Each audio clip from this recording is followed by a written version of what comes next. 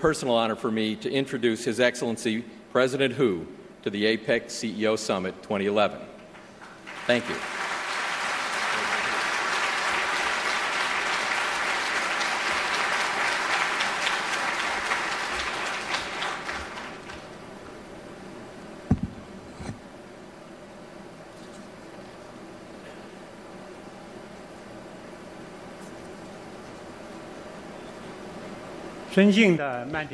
Mr. Craig Mandy, Chairman of the APEC 2011 USA Host Committee, ladies and gentlemen, dear friends, I'm delighted to join you, leaders of the Asia-Pacific Business Community in the beautiful state of Hawaii, and exchange views with you under the theme of the future redefined.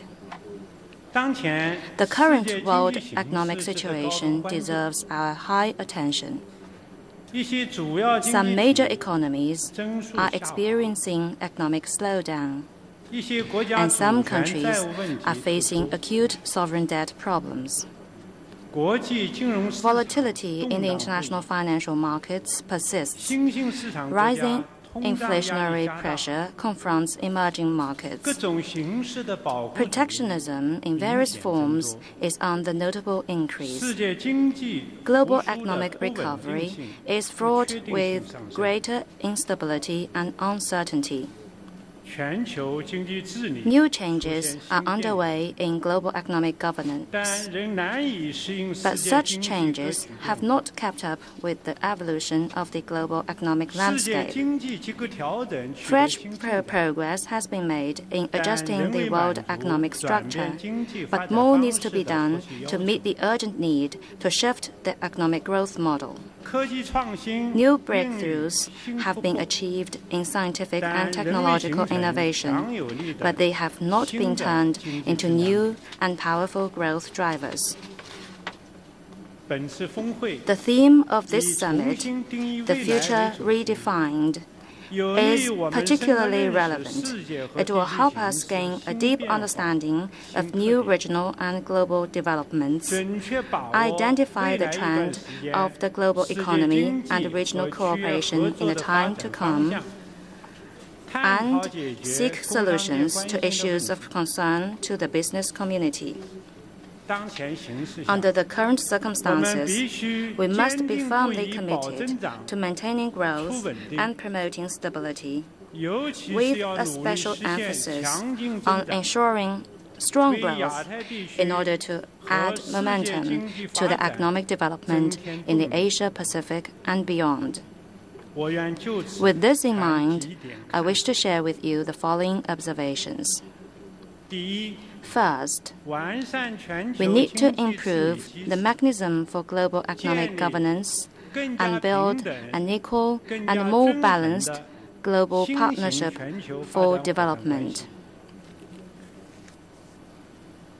The emerging markets and developing countries are carrying greater weight in the global economy and playing a bigger role in global economic governance. The new mechanism for global economic governance should reflect the changes in the world economic landscape. It should observe the principle of mutual respect and collective decision-making and increase the representation and voice of emerging markets and developing countries. It is important to promote better understanding and coordination between developed and developing countries. Developed countries should fulfill their responsibilities and obligations in international economic governance and take more concrete actions on the issue of development. Emerging markets and developing countries should shoulder international responsibilities as their capability permits and in keeping with their particular national conditions and stages of development. All of us should make concerted efforts to achieve balanced, inclusive, sustainable, innovative, and secure growth of the world economy. Second, we need to implement the APEC leaders' growth strategy and achieve green and innovative growth. The strategy adopted last year in Yokohama, with green and innovative growth as core elements, charts the course for the growth of the Asia-Pacific economy in the years ahead. We should actively promote the idea of green development and respect the choice independently made by APEC members to pursue green growth on the basis of their resource endowment, stage of development, and capacity. We should enhance dissemination of and cooperation on environmental technology, help developing APEC members build environmental industries, avoid new green trade barriers, and strive for simultaneous progress in environmental protection, trade, and development. We need to step up international cooperation on technological innovation and help APEC members build innovation capacity, pursue technological innovation and industrial upgrading, and promote industrial application of scientific and technological achievements. We should make innovation the main driver of growth and let the people of all countries enjoy greater benefits from innovation.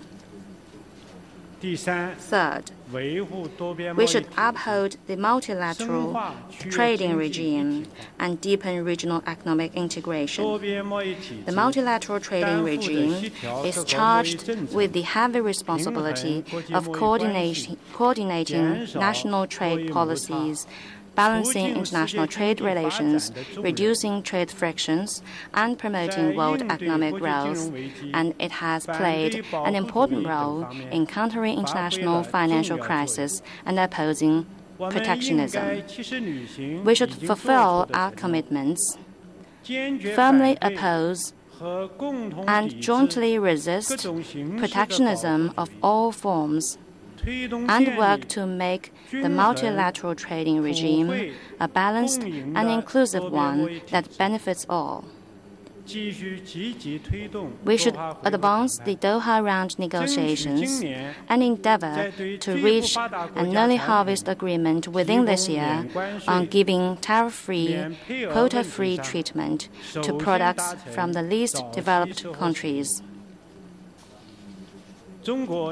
China has announced its decision to give zero tariff treatment to 97% of the tariff items of exports to China from the least developed countries having diplomatic ties with China. We should vigorously promote regional and sub-regional economic cooperation and the establishment of free trade areas. We should adopt multiple means and work at different levels and in different areas to achieve better and faster progress in the regional economic integration process. China supports steady efforts to build a free trade area of the Asia-Pacific on the basis of the East Asia Free Trade Area, the Comprehensive Economic Partnership for East Asia, and the Trans-Pacific Strategic Economic Partnership Agreement, with the goal of achieving economic integration in the Asia-Pacific region. Fourth, we should strengthen public-private partnership and jointly promote world economic growth and business cooperation. The business community is the main force driving economic growth in the Asia-Pacific region and the growth in international trade. It plays a major role in powering the recovery here in the Asia-Pacific and promoting global economic growth. Government departments should therefore better appreciate the role of the business community in promoting growth, listen to its views and suggestions, and encourage its active participation in economic development and regional cooperation. We hope that the business community will continue to be strategic and forward-looking in thinking and put forward suggestions on major issues such as trade and investment liberalization and facilitation, regional economic integration, and the long-term development of APEC.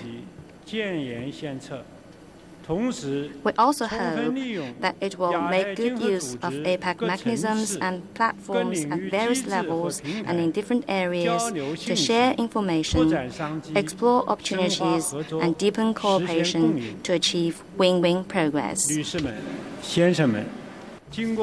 Ladies and gentlemen, thanks to more than 30 years of reform and opening up, China's economy has grown steadily.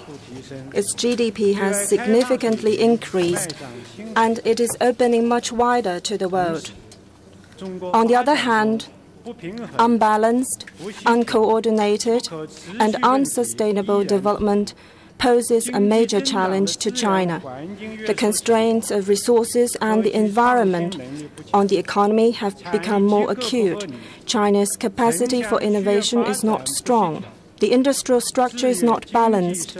Development between urban and rural areas and among different regions lacks coordination, and there are many institutional hurdles hindering economic and social development. At the beginning of this year, China adopted the outline of the 12th Five-Year Plan for Economic and Social Development, which lays out the blueprint for China's future development.